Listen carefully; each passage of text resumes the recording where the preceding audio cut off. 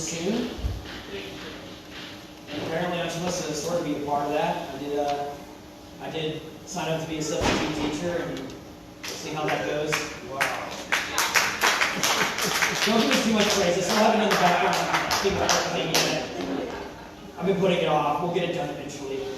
I'll give you some points. Like, probably tomorrow, because, school's starting. So I probably need to get it done sooner rather than later. Speaking of school, I got to go up to my college, which is why I'm super sunburned. They started school back this past week, so I wanted to go see some of my friends, hang out with them before they get swamped with too much homework.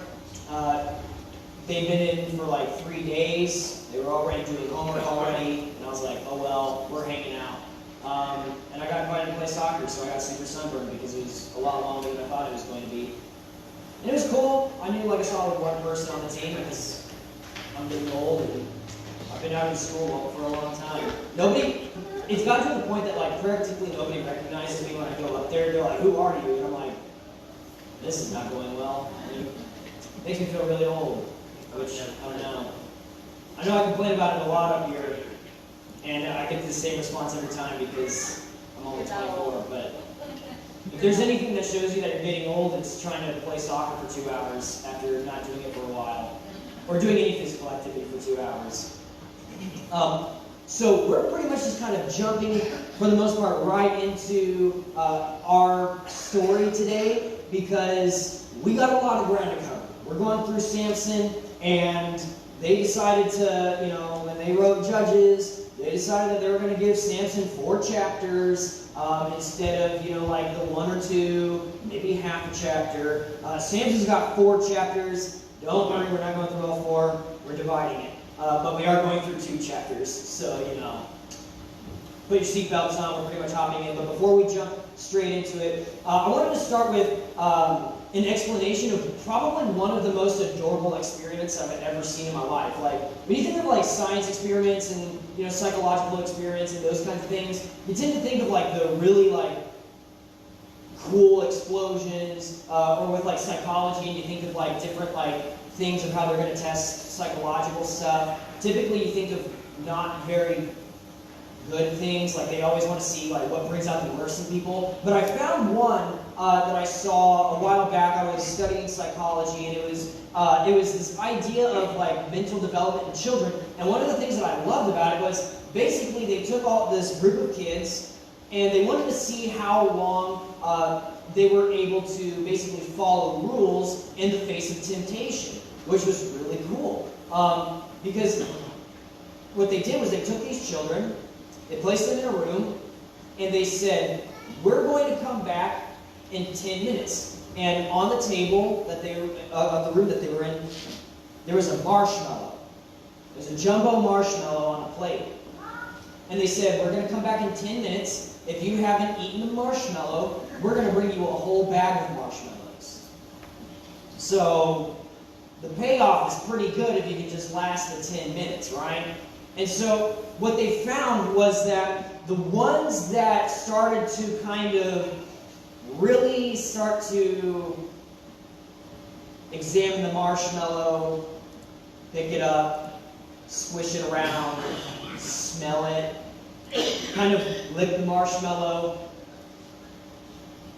those are the ones that are most likely going to fail. Like, let's just be honest. You pick up a marshmallow as a kid, you lick the marshmallow, and you're probably just going to eat the marshmallow. The ones that decided to sit on their hands, kind of, I don't know what you call it, where you really kind of bite down on your lips. Is it like pursing your lips, something like that?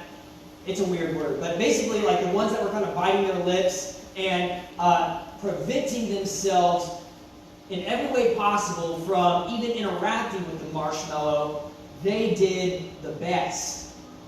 And those were the ones that lasted, and then they would bring in a bag of marshmallows pretty much on a plate. They would say, enjoy your marshmallows. But the ones that started to pick up the marshmallow, they would lick it.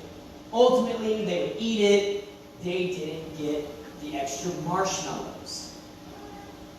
And so that's a crying shame when you're a child, because why have the one when you could have more? And the whole thing pretty much stems from this area of these small compromises That's kind of what you see, right? So they are specifically told, do not eat marshmallow. They say, well, you didn't say that I can't pick up the marshmallow. You didn't say I can't smell the marshmallow.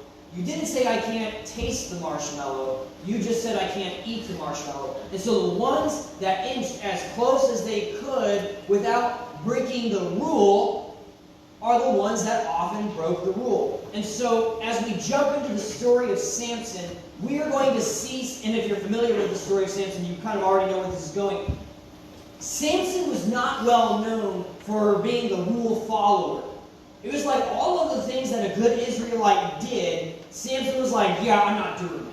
And on top of that, in chapter 13, we're going to be starting in chapter 14, but in chapter 13, during the birth of Samson, we find that his mom is told not to consume anything of the fruit of the vine. So no wine, no grapes, no grape juice, nothing. None of that. And you can't eat the unclean foods. So no unclean food. And on top of that, she says that he will never cut his hair. And so he steps into and is born into this Nazarite vow, which is explained in the book of Numbers about what that is. And for the book of Numbers, the rules for anybody who was a Nazarite is that you couldn't cut your hair, you couldn't consume anything from the fruit of the vine, and you couldn't partake of unclean food. Those were the regulations for anybody under the Nazarite vow. And so Samson is under this vow. We're going to be picking up in chapter 14, verse 1. We're just going to kind of get through this. I don't think it's on the slides because I didn't want to do that to Gary and be like, hey, we're doing 2 chapters, copy paste it and put it on the slides. So if you have your Bible, if you have an app on your phone, you're probably going to want to get that out. Judges chapter 14. We're going to see Samson later on in his life. So he's kind of already gone through his childhood. He has stepped into adulthood and he's looking to get married. He's probably right around in his late teens because that's the way that it went in the Old Testament. You got married a little earlier. This is what it says. Samson went down to Timnah and saw a young Philistine woman there. He went back and told his father and his mother, I have seen a young Philistine woman in Timnah. Now get her for me as a wife. But his father and mother said to him, can't you find a young woman among your relatives or among any of our people? Must you go to the uncircumcised Philistines for a wife? But Samson told his father, get her for me. She's the right one for me. Now his father and mother did not know this was from the Lord, who wanted the Philistines to provide an opportunity for a confrontation. At that time, the Philistines were ruling Israel. And so Samson went down to Timnah with his father and mother and came to the vineyards of Timnah. Suddenly a young lion came roaring at him. The Spirit of the Lord came powerfully on him, and he tore the lion apart with his bare hands, as he might have torn a young goat. But he did not tell his father or mother what he had done. Then he went and spoke to the woman because she seemed right to Samson. I'm going to pause there. So right here, we already have Samson kind of doing the things that he's not really supposed to do as a good Israelite. We find out that God is kind of working through what's going on, but the point is that Samson was not meant to really be with the Philistines. They were the oppressors, they were the bad people, and Samson, we find out, this is sort of that dramatic irony. If you're familiar with English terms and how the English language works, dramatic irony is basically a character in the story does something and the reader understands what's going on, but the character has no idea. So just to clarify, this is not Samson saying, God has told me to marry a Philistine woman. Samson has no idea that this is really what he's supposed to be doing. He sees what he likes and he says, I'm taking what I like and I take what I want. This is not like I feel and I've been praying to God and I've been asking God what I'm supposed to do, and God, provides this. This is Samson doing what he wants and God working through a mistake that Samson has made. This is not like a normal thing. This was not premeditated. It's not like Samson had put too much thought into this. And so as Samson and his father, they go to basically arrange this marriage to this Philistine woman, Samson comes across this lion that he tears in half with his bare hands, like one would tear a young goat, which I don't even know what that means. Like, we all know I like to, kind of toot my own horn a little bit every now and then. I consider myself a fairly, strapping young man. As far as the bench press goes, as far as the leg press goes, I consider myself to be relatively strong. I'm not super strong, but I'm relatively strong. I've never in my life torn a goat in half with my bare hands. I'm not that strong. I don't know anybody who is, but I guess Samson's just like, lion, goat, what's the difference? And so Samson tears this lion apart. And this is going to come back into play as we read on. Picking up in verse 8, it says this. After some time, when he returned to marry her, he left the road to see the lion's carcass, and there was a swarm of bees with honey in the carcass. He scooped some honey into his hands and ate it as he went along. When he came to his father and mother, he gave some of them, and they ate it. But he did not tell them that he had scooped the honey from the lion's carcass. His father went to visit the woman, and Samson prepared a feast there, as young men were accustomed to do. When the Philistines saw him, they brought 30 men to accompany him. Let me tell you a riddle, Samson said to them. If you can explain it to me during the 7 days of the feast and figure it out, I will give you 30 linen garments and 30 changes of clothes. But if you can't explain it to me, you must give me 30 linen garments and 30 changes of clothes. Tell us your riddle. They replied, let's hear it. So he said to them, out of the eater came something to eat, and out of the strong came something sweet. After 3 days, they were unable to explain the riddle. Now I'm going to pause there. So, as we've already seen, Samson is getting with the Philistines, and he's not really thought it through. This is him acting on his own desires. This is not him talking to the Lord and, feeling like God has just laid it upon his heart to be with somebody that everybody else hates. That's not what's going on here. So already, Samson is compromising. He is already making decisions to veer from the path that God would lay out for the Israelites. Now we have him eating honey from a dead lion. Now, again, part of the Nazarite vow, you don't eat unclean food. According to Leviticus, anything that you eat that has come in contact with a dead animal, whether the animal is clean or unclean, anything that touches the dead carcass is now unclean, and yet Samson doesn't care. He takes this honey and he eats it, and then he gives it to his family. Now, according to Levitical ceremonial laws, anybody who partakes of unclean food is now an unclean person. They have to go through this ritual cleansing. So now Samson is considered unclean and doesn't go through the cleansing ritual. Now his parents are considered unclean and they don't go through the cleansing ritual. And Samson just kind of buries what he's done. To him, it's just like, it's whatever. I'm Samson, I do what I want. The Spirit comes upon me, I tear lions in half. What are you going to do? Like, Samson is just kind of doing what Samson wants to do. And so now, we are going to see this come back to get him. He is at his wedding.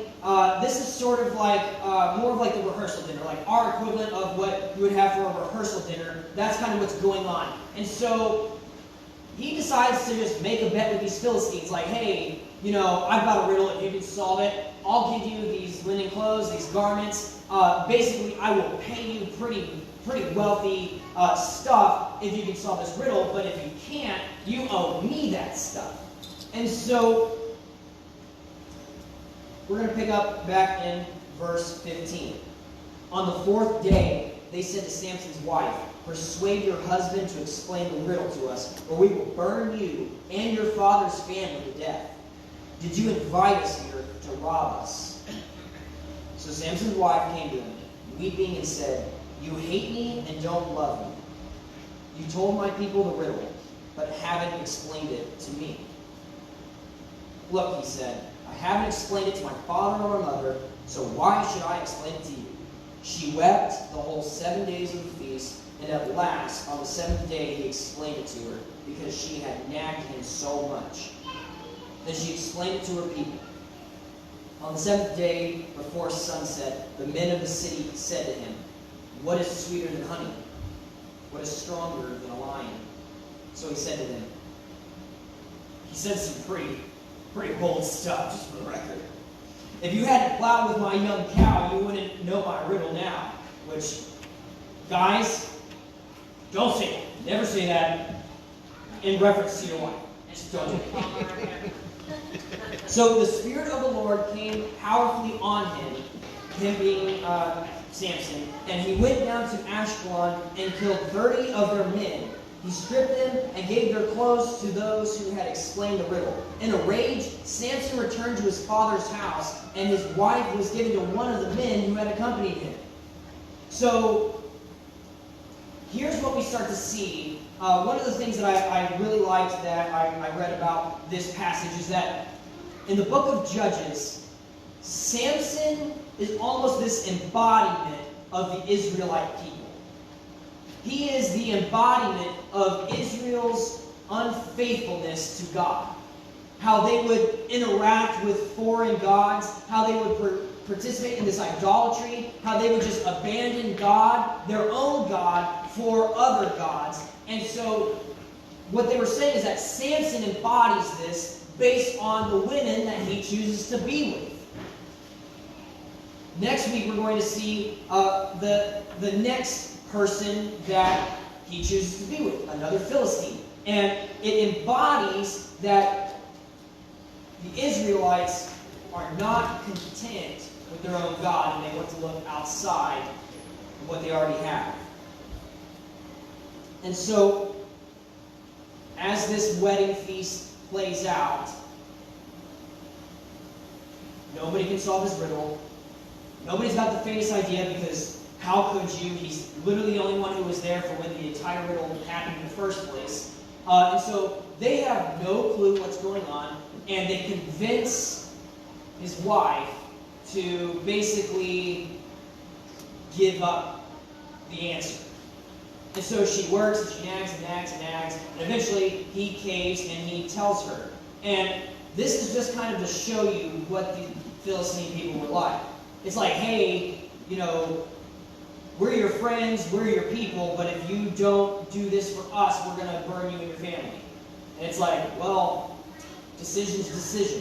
And so she decides to get the answer. I don't know if you guys have ever seen the movie Samson. It's a pretty recent movie. If you haven't, it's a pretty good representation of what all is kind of going on in the story. I think as far as the acting goes, it's not fantastic because it's like a low-budget movie. So as far as movies go, it's average at best. But as far as the representation of the story, it's actually really pretty solid. So if you haven't watched it, check that out, especially if you've already clocked out from what I'm saying. So the movies are a lot more entertaining no matter how bad they are. They're better than somebody just talking about them. So Samson, I'm just going to kind of summarize chapter 15. Here's what ends up happening. Samson's wife is given to another man after he disappears to go and get those robes and the linens. So, that's pretty rough. Imagine you're a guy, it's been your wedding day, you just got married to this beautiful woman, that you were like, I'm going to spend the rest of my life with. Some unfortunate circumstances pop up and you decide that you have to go do some stuff real quick. You come back and your wife is now like with one of the groomsmen. That's not a great situation. Because the man that she was given to was one of the ones who accompanied him. And so, Samson, with all of his uncontrollable testosterone that comes with, super strength, he goes berserk. And he's like, I'm going to punish the Philistines for everything that they've done to me. He takes these foxes, and he just ties foxes together by their tails. Like, I've never done that in my life either. And like I said, I consider myself to be relatively strong, semi-fast. Never caught a fox with my bare hands, let alone a ton of them and tied them together. And then he takes these torches and he sends them through their fields, burns all the Philistines' crops. And again, all of this is taking place outside of God's judgment. Like, this is not like Samson's going to God and being like, what should I do about these Philistines that just married off my wife? And God's like, you know what I would do? I'd tie some foxes together and burn all their crops. And Samson's like, God, that's a good idea. No, this is Samson just he's just in this uncontrollable rage, and this is what he decides to do.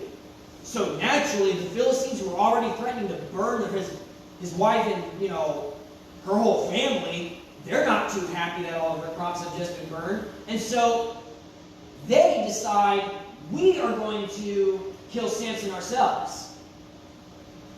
And so they get mad, they go to the people of Judah, and they tell them, they say, hey, you deliver Samson to us. And so they're like, if you know Samson and you're like one of his people, you're probably like, okay, we can try. And so, luckily they crack a deal with Samson, and he's like, hey, I'll go with you if you're not the ones who are going to kill me yourselves. And they're like, sounds good to us. We're just going to hand you over to people who will kill you. And he's like, sounds like a good deal, which I don't know why. I don't know why that sounds like a good deal. You find out that as he has been bound, as he's tied, as he's delivered to the Philistines, the Spirit of the Lord comes upon Samson. He snaps the rope like it's nothing, and he picks up the jawbone of a donkey. Again, you're not supposed to be touching, dead animals. He picks up the jawbone of a donkey, and he slaughters 1,000 Philistines. Just whack, whack. And it's you would think that eventually the jawbone of a donkey starts to kind of break or something after killing 1,000 people. And so that's how this narrative starts to play out. And as if Samson still hasn't learned his lesson about the Philistines, we are going to see in the next part of this sermon him get involved with another Philistine woman, and we are going to see him compromise again and again and again until eventually the circumstances become very grave. And that brings us to our main point for the sermon. If we can go ahead and put that up. The smallest compromises often lead to the largest problems. If there is anything that we have learned about Samson, it's that his desire to compromise and to toe the line as much as he can, it gets him into trouble more times than it's worth. If he had just married an Israelite woman, his problems wouldn't have happened. If he had not started saying, well, I've touched this dead body, and God's Spirit still hasn't left me, and I still have my strength, maybe I can get away with more. So he starts to push the limits as much as possible. And next time that we look at Samson's story, we're going to see him push the final limit. And once that happens, the Spirit of God leads him. Kind of a spoiler alert. But at the same time, we're going to see God still work through a repentant heart. And so, my challenge as we kind of close today, what are some ways that we're kind of towing the line? You think, well, I know that this is what God wants for me, but I'm just not really feeling it. I know God said don't do this, and I'm not really doing that. Where are you towing the line? Where are you trying to get away with the small compromises? Because as the children of God, as people who are called to walk in Christ's image, there's a lot of things that you do and you don't do. And it's kind of important that you don't try to toe those lines. Things that you know to be wrong, you don't try to get as close as you can. Just like Samson, and just like the Israelites, of messing around with other idols, of starting to play into the hands of their enemies, the compromises lead to terrible, terrible problems. And it's not to say that God can't work through those problems. It's not to say that God can't redeem. We're going to see God redeem in the next portion of Samson's sermon. But if you can just stop those compromises before they happen, you can avoid large problems. Let's pray. Heavenly Father, I just thank you for this day that you've given us. God, I thank you for Samson's story. God, I thank you that we can look at the consequences of compromise. God, that we can just see how towing the line and trying to get as close without crossing over as possible can often lead to big catastrophes. God, we thank you for your Son, who came and died on the cross so that we can live with you. We pray all these things in his name.